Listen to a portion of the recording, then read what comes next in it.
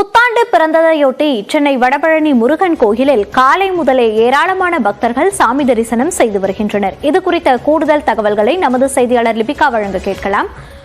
லிபிகா, தற்போது வடபழனி கோயிலில் பக்தர்களின் வருகையானது எப்படி உள்ளது? விவரங்கள்.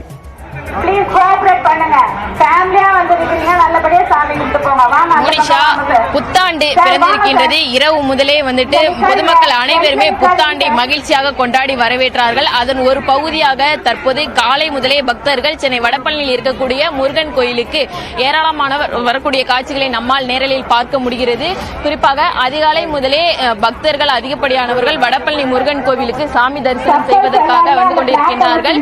இவர்களுக்கு என சிறப்பு தரிசனத்திற்கு 100 ரூபாய் டிக்கெட்டில் விற்பனையானது ஒரு வரிசை என இருக்கின்றது. அதே போன்று பொது தரிசனம் என 2 வரிசைகள் இருக்கின்றது. மூன்றாவதாக கர்ப்பிணி பெண்கள், அதே போன்று தாய்மார்கள், குறிப்பாக கை குழந்தைகளை வைத்திருக்கக்கூடிய தாய்மார்கள், இவர்களுக்கும் அதே போன்று வயதில் மூத்தவர்களுக்கு என 3 வரிசை என்பது பிரிக்கப்பட்டிருக்கின்றது. அதன் அடிப்படையில் தற்போது பக்தர்கள் உள்ளே சாமி தரிசனம் செய்வதற்காக அனுமதிக்கப்பட்டு வருகிறார்கள். தொடர்ச்சியாக பல மணி நேரம் காத்திருந்து தற்போது சாமி தரிசனம் செய்து வரக்கூடிய காட்சிகளை நம்மால் பார்க்க முடிகிறது.